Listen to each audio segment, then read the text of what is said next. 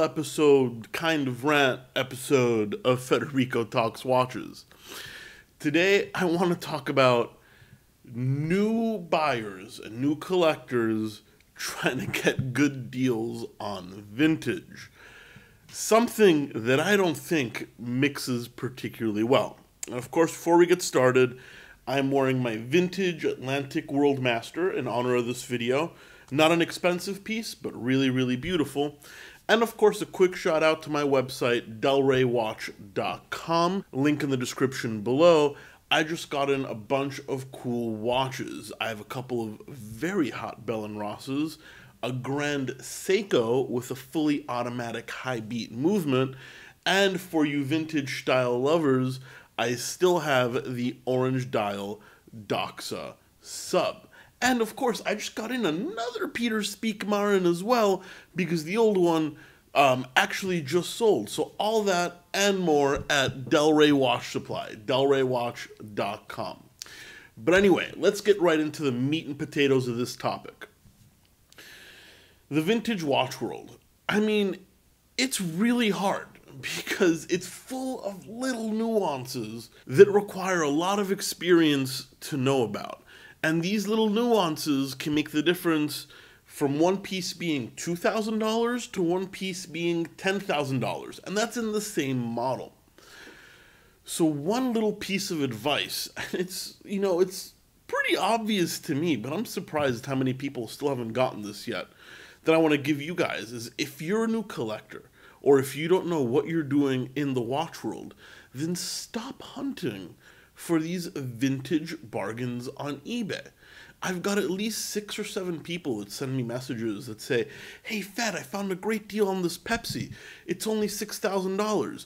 And they send me pictures of a completely Frankenstein dog that's been over-polished, a bracelet that is so soft it needs a little blue pill, and replacement hands. And of course, I mean, a good Pepsi is gonna cost $9,000 to $10,000. So what makes you guys think you can just go up on eBay without your experience and you find a $6,000 Pepsi and it's a fantastic deal?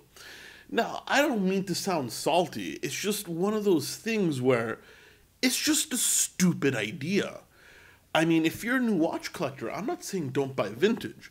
But if you're going to buy vintage, either buy cheap vintage, like this Atlantic World Master, which didn't cost me a whole lot, because I'm not a vintage expert, or buy vintage from a very reputable dealer and, pay the market price. Because I'll tell you right now, 3 things that don't mix are new collectors, trying to save a buck, and the vintage watch world. Because I'll tell you what, you're going to get screwed, and it's going to hurt, because there's just too much knowledge out there, and there's too many nuances, and you don't know what you're looking for. And as I said, in the watch world, as much as a replacement set of hands could change the value of the watch, a faded bezel could change the value of the watch, the amount of polishing. So going out bargain hunting on popular pieces like Rolex and Patek Philippe and thinking, wow, that's a fantastic deal, I guarantee you, 95% of the time, there's something you're not seeing, and that's not a fantastic deal. It's you thinking you're getting a fantastic deal and getting screwed. So ultimately, I guess what I'm saying is if you don't know what you're doing, and I don't know what I'm doing with a lot of vintage, stick to a reputable source or stick to the lower end. Or the best option of them all, spend years studying on all the nuances of the model. And people say, for Federico, how can I tell if it's a redial? Federico, how can I tell if it's water damage? The unfortunate truth is it's just experience. I've seen tens, if not hundreds of thousands of watch dials in my life. So I can tell, and I can't even tell 100% of the time, not even close. I'm wrong a lot, you know what I mean? But it's just, it upsets me when I see these, guys that think, I'm going to save a quick buck. I can get it cheaper than that. And they go hunting on eBay and Craigslist, and they're this close to getting shafted, and they're not listening to the voice of reason. So I'm just saying, a new collector and the vintage watch market, especially when bargain hunting for popular pieces is a recipe for disaster. Guys, what do you think? I mean, I don't think I'm overreacting. I just think the internet gives a false sense of empowerment to a lot of guys out there that just don't have the budget to buy what they really want, and they think they're smarter than everybody else, when the truth is, guess what? A lot of these vintage guys, they know what they're doing better than most, and I guarantee you that they're the ones coming out on top in the transaction. So take this as a little bit of warning, but I would love to know what you think. I know this was a little bit of a doom and gloom tone, but I think it needed to be said.